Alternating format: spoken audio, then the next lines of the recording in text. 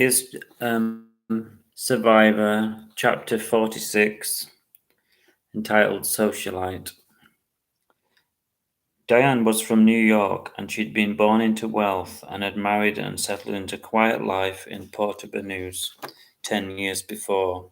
She didn't want to ask too many questions and appear nosy, so she just soaked up the atmosphere and listened to everything.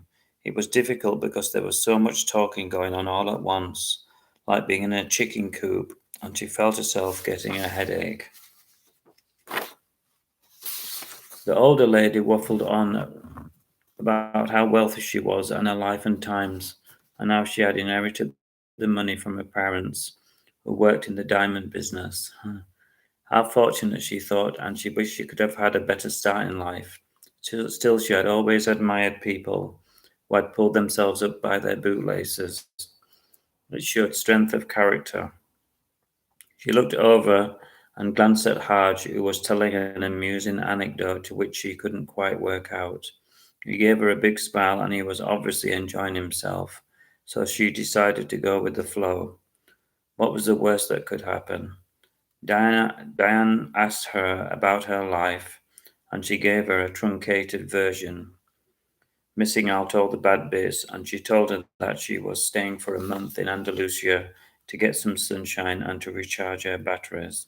Wonderful idea, said Diane. You must come to my place. I have a heated swimming pool and a wonderful library.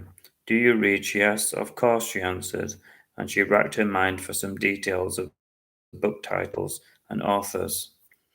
I'm mad about Agatha Christie, said Diane with a smile. I've got her whole collection, she said proudly. At the moment, I'm reading The Hound of Death.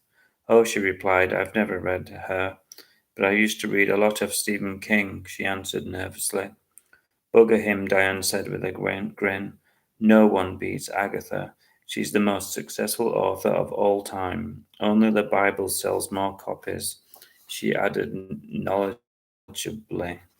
She laughed and knew this wasn't the right time to admit being a Catholic. She was warming to the old lady, and she wasn't keen on arguments, so she kept quiet. The invitation to visit her palatial home was one she could file away for future reference. Finally, the evening came to an end, and she was pleased with herself. As she had only consumed one glass of wine, she excused herself and stood by Hodge, who put his arm around her in a gentlemanly way and signalled it was time to go. But she wasn't sure if she wanted to go back to his place, but in the end she relented. He seemed to be trustworthy. She knew it was better to be on her guard, especially after all the other escapades she'd been through. They set off through the brightly lit streets, past the casinos and boutiques, and all the beautiful people living beautiful lives. How are you? He said warmly. Bit tired, she replied. I enjoyed myself tonight. She was stifling a yawn. She said, stifling a yawn. That's all that matters, he replied, and smiled warmly at her. He's such a smoothie, she thought.